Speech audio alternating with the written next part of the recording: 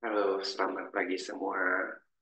Eh, kita mau bagi-bagi pengalaman dulu. Perkenalkan, saya adalah Efrat Tagi, yang merupakan award di LPDP 2023, Bascu kemarin. Jadi karena mengingat bulan 4 ini akan ada eh, tes substansi untuk yang LPDP 2024, batch pertama. Jadi kita mau bagi-bagi tips dulu.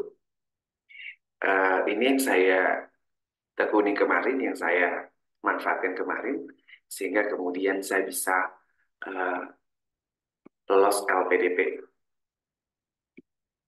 bisa lolos LPDP. Jadi untuk lebih jelas, mari kita sama-sama saling memahaminya. Semoga teman-teman semua yang mendapatkan informasi ini bisa menang LPDP 2024 batch pertama ini. Semangat!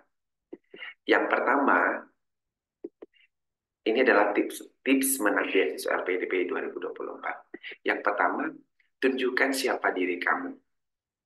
Karena jelas, yang wawancara itu tidak mengenal diri kita. Jadi kita harus menunjukkan siapa diri kita. Skill kita seperti apa, kehidupan kita seperti apa, cerita tentang kita seperti apa. Mereka itu pengen tahu. Karena yang pewawancara itu tidak hanya membutuhkan tentang pengetahuan atau jenjang karir kita aja, tetapi mereka juga ingin tahu uh, mentalnya kita dalam bekerja, tanggung jawabnya kita dalam bekerja, pengalaman kita seperti apa dalam bekerja, mereka juga harus tahu. Nah, kemudian jangan munculkan statement yang justru menimbulkan satu pertanyaan baru. Jadi, ceritakanlah sesuatu hal yang memang benar-benar terjadi, yang memang benar diri kamu, sehingga ketika pewawancara mau bertanya lagi, kamu tahu jawabannya. Daripada kadang kan kita kayak memunculkan cerita, biar yang mewawancarai kita senang dengan kita, merasa ada empati. Tapi jangan, jangan. Jadi lebih baik jelaskan apa yang memang benar-benar diri kamu. Itu yang pertama. Kemudian, pasti akan ada diminta seperti apa paparan singkat S1 dan S2. Dan bahkan ada yang dari SMA. Nah, itu kamu paparkan apa adanya. Seperti apa proses Anda kuliah S1 dan S2. Kalau misalnya Anda ketika S1, S2 itu kuliah sambil kerja, jelaskan kayak gitu. Atau waktu S1, S2 itu ditanggung oleh keluarga, atau waktu itu orang tua nggak ada, dan prosesnya tidak semudah orang di luar sana, ya jelaskan. Eh, karena itu pengalaman dari saya juga, saya menyampaikan apa adanya kayak gitu. Jadi mereka senang dengan kita, mereka justru makin, oh iya ya, lalu bagaimana Anda bisa selesai kuliah?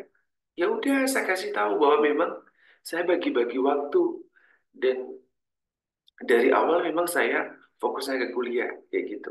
Jadi kalau untuk kerja itu hanya untuk memenuhi pemenuhan kebutuhan yang cukup kayak gitu.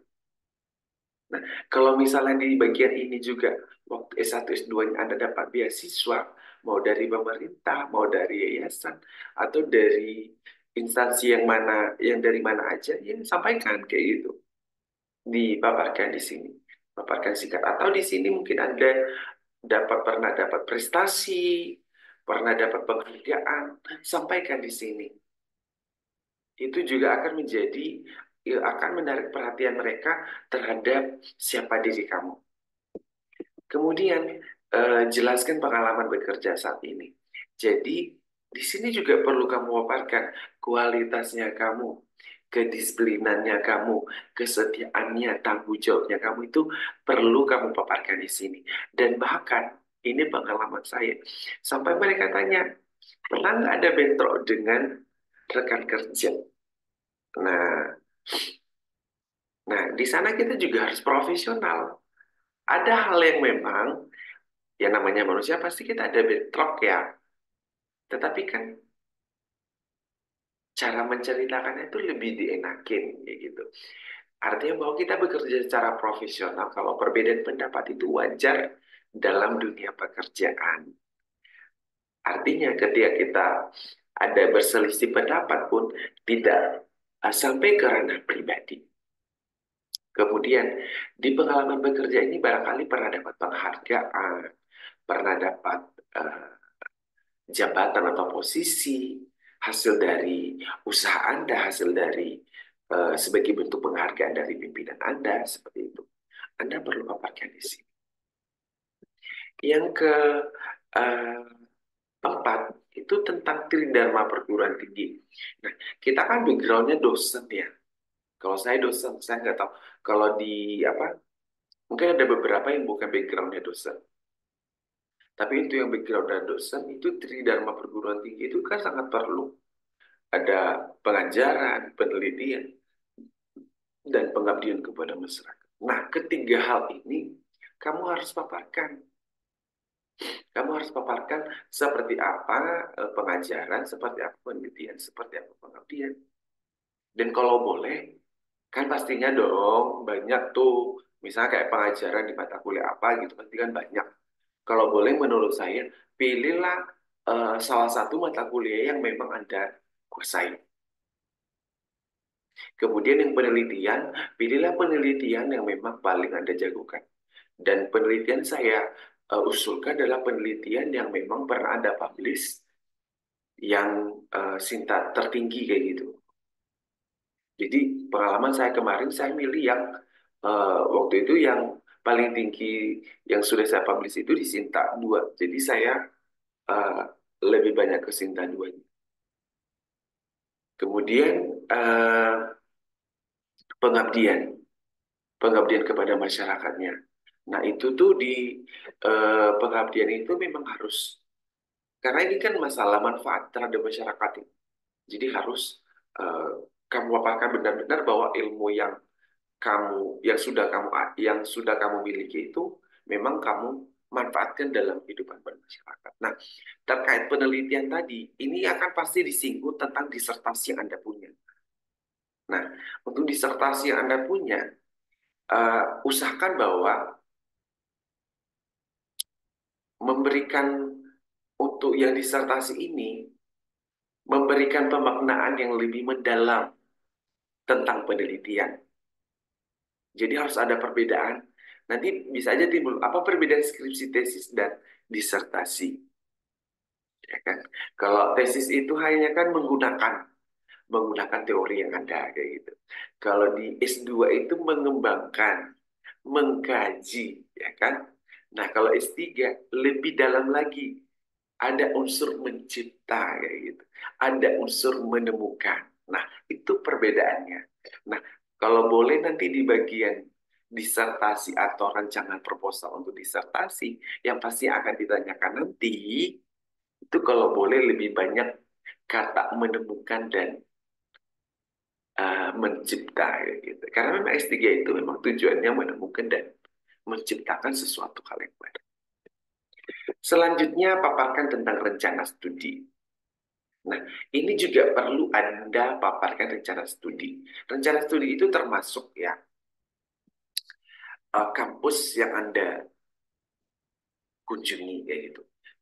Eh, Kampus yang akan Anda kuliah, yang akan kuliah kayak gitu.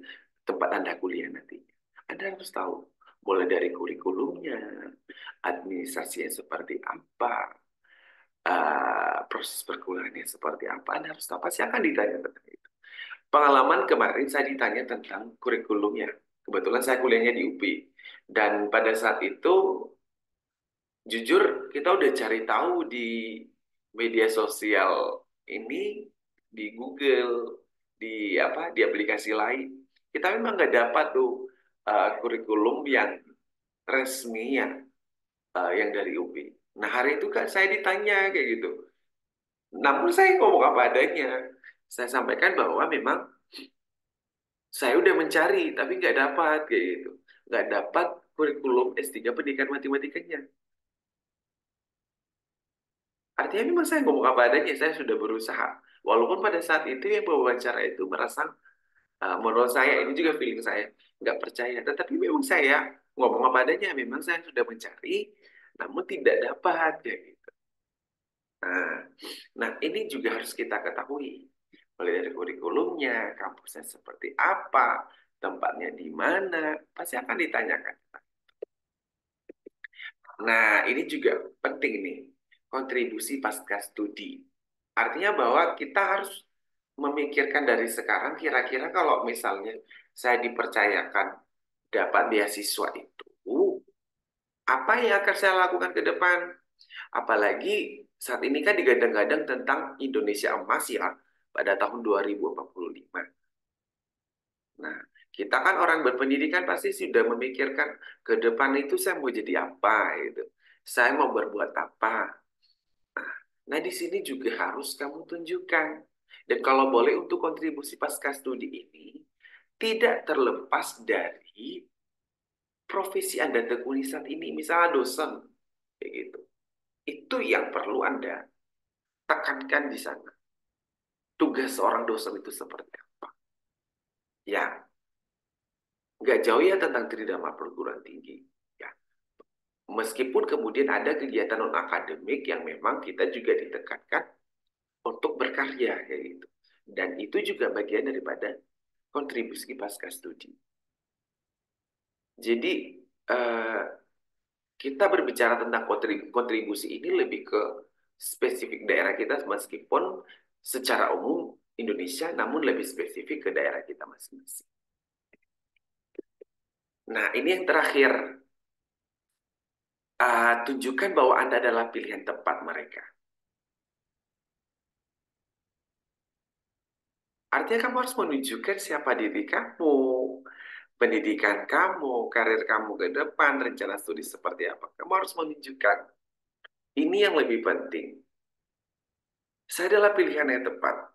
Pasti akan timbul pertanyaan. Kayak saya tahun lalu, bagaimana kalau misalnya tahun ini gagal, tahun depan tidak, tahun ini gagal, tahun depan pasti lulus.